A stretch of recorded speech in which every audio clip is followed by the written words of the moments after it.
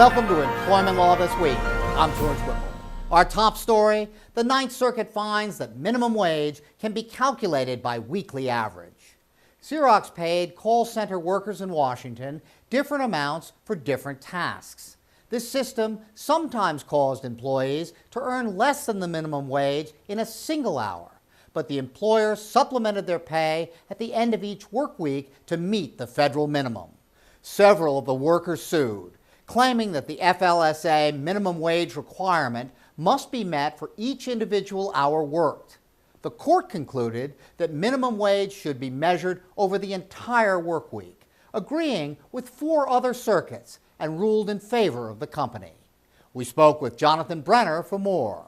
This was an issue of first impression in the Ninth Circuit, although it had been decided in several other circuits previously. Noting that the statutory language, the legislative history and purpose did not help answer the question of what the unit of measure should be under the FLSA to determine minimum wage compliance, the court relied on maintaining consistency amongst the circuits, avoiding burden and impracticality on multi-jurisdictional employers, and congressional inaction to clarify the statute through numerous amendments over the years in the face of existing interpretation.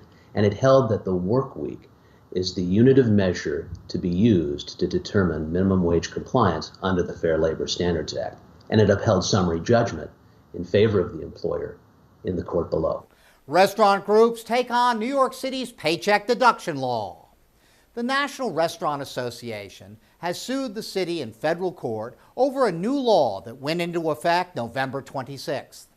Under the law, fast food employees can ask their employers to deduct a portion of their salary and donate it directly to a nonprofit.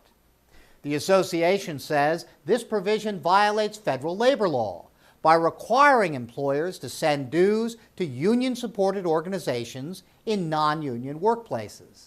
They also allege that the law violates the First Amendment by requiring an employer to send funds to organizations like Fight for 15 that they may not support. State and local laws are top of mind heading into 2018.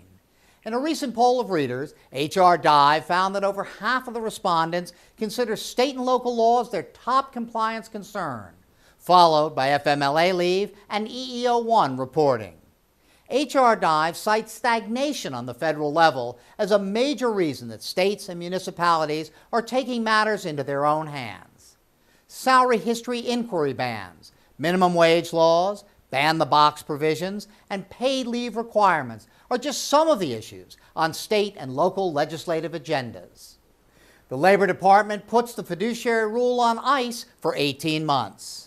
The DOL has delayed key parts of its fiduciary rule for financial advisors until July 1, 2019.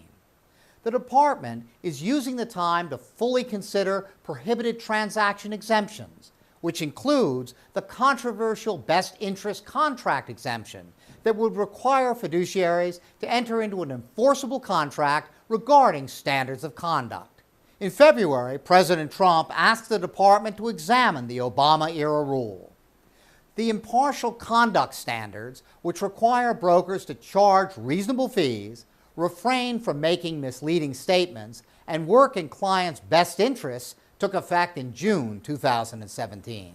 Now, time for our tip of the week. Will Hansen, Senior VP of Retirement Policy for ERIC, is here with some tips on how tax reform could impact executive compensation programs. Tax reform is the #1 topic in Washington, D.C., but the biggest hurdle in getting tax reform passed and signed into law is figuring out a way to pay for that tax reform, and every dollar counts. Changes to Section 162M, which would allow performance-based compensation to be included within that deduction allowance, would raise significant revenue. I would definitely keep an eye out for any future changes in this area, especially as tax reform progresses. Thanks, Will. That's it for Employment Law This Week. Thank you very much for watching, and we'll see you next time.